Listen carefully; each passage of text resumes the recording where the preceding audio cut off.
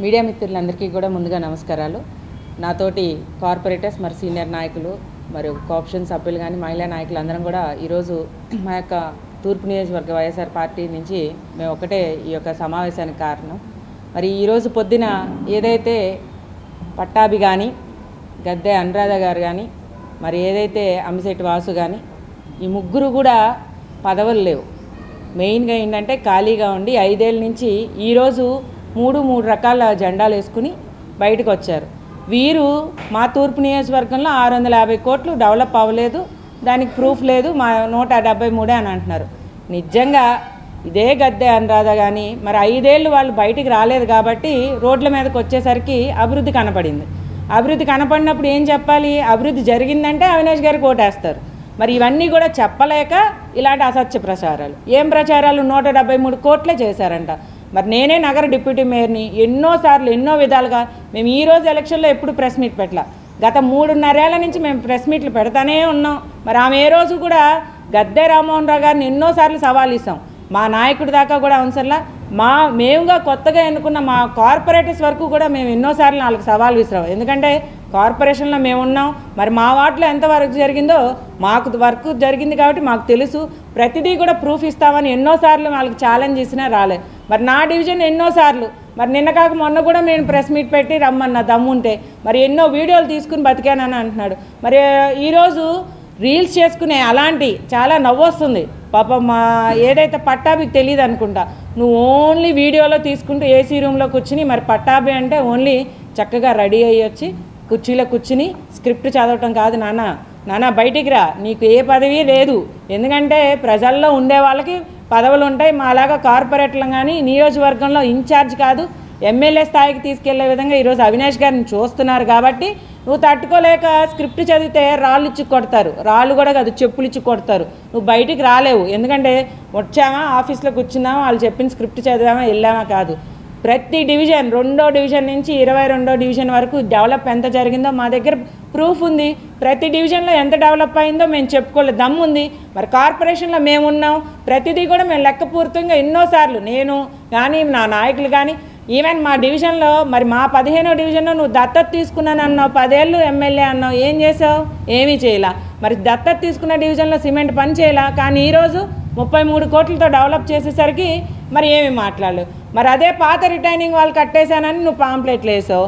పాత రిటైనింగ్ వాళ్ళు కడితే మరి 2020లో ఎందుకు వరద వచ్చింది?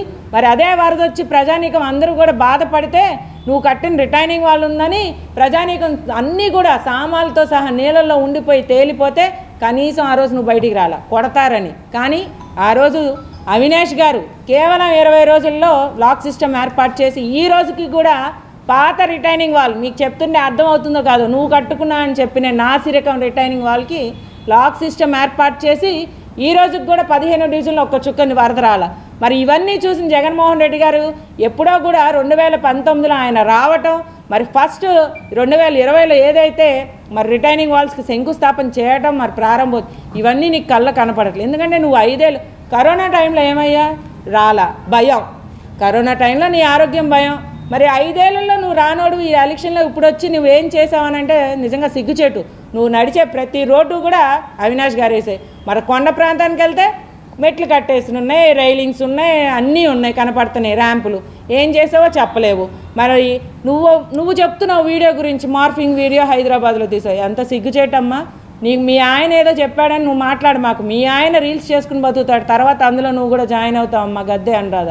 ఏదో వాళ్ళు చెప్పారని చెప్పేసి ఏదో నువ్వు నుంచి మాట్లాడితే జనాలు ఎవరు నమ్మరు. ఎందుకంటే 15వ డివిజన్ కాదు, నువ్వు ఏదో మార్ఫింగ్ అని వీడియో అని అంటున్నావు. కళ్ళు పోయాయా? కళ్ళు కబోదులు అయ్యాయా మీకేమన్నా?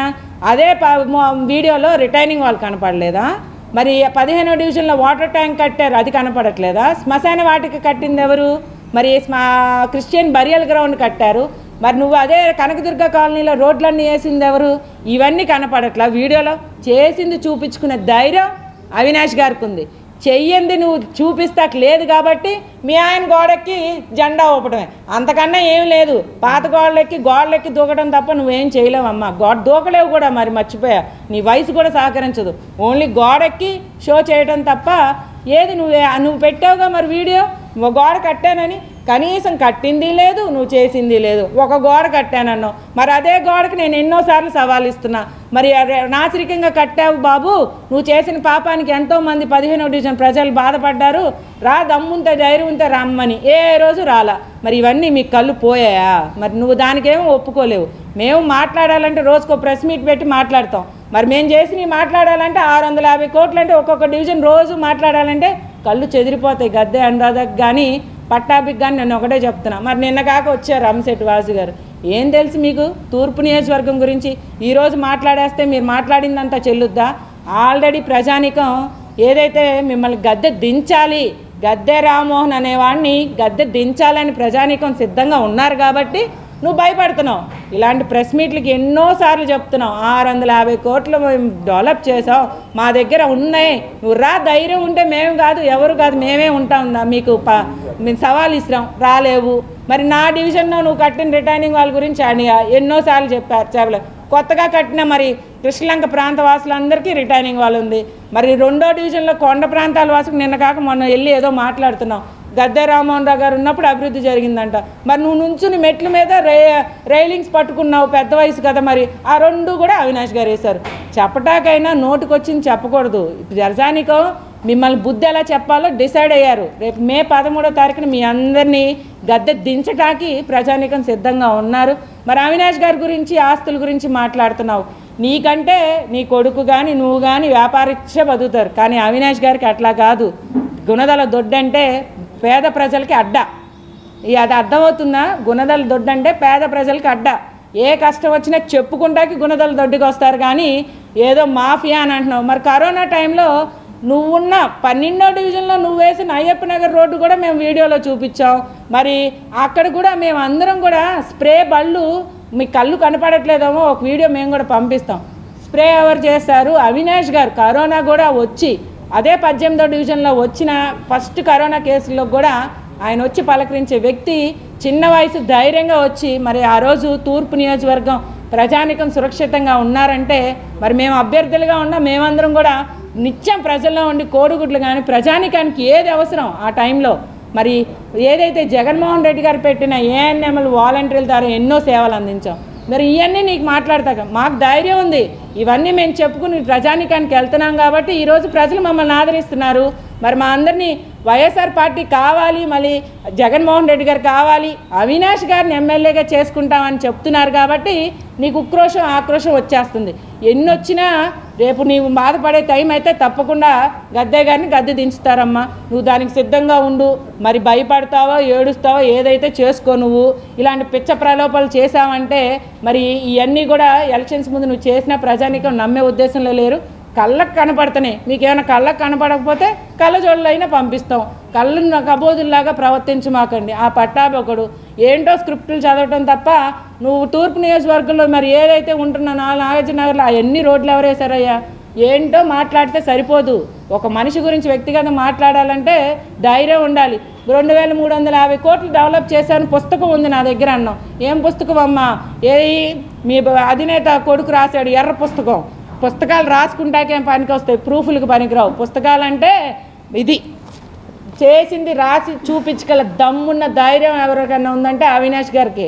అవినాష్ గారు చేశారు కాబట్టి ప్రతిదీ డివిజన్లో మేనిఫెస్టో మేము రిలీజ్ చేసిన ప్రతి డివిజన్ డెవలప్మెంట్ కూడా ఇందులో ఉంది. నీకు ధైర్యం ఉందా? మర్రా ఇది చేయలేదు మీరు అని అనండి.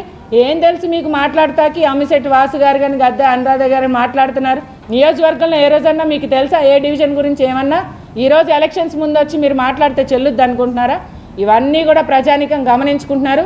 తప్పకుండా మీ అందరికీ బుద్ధి చెప్పే సమయం రేపు మే 13వ తారీఖున అందరూ కూడా ప్రజానికం సిద్ధంగా అవినాష్ గారిని ఎమ్మెల్యేగా చేసుకుంటాకి తూర్పు నియోజకవర్గ ప్రజలందరూ కూడా సిద్ధంగా ఉన్నారని చెప్తూ మీడియా మిత్రులందరికీ కూడా ప్రత్యేకమైన ధన్యవాదాలు. నగరపాలక సంస్థ డిప్యూటీ మేయర్గా మరి మా దగ్గర లెక్కలు ఉన్నాయి.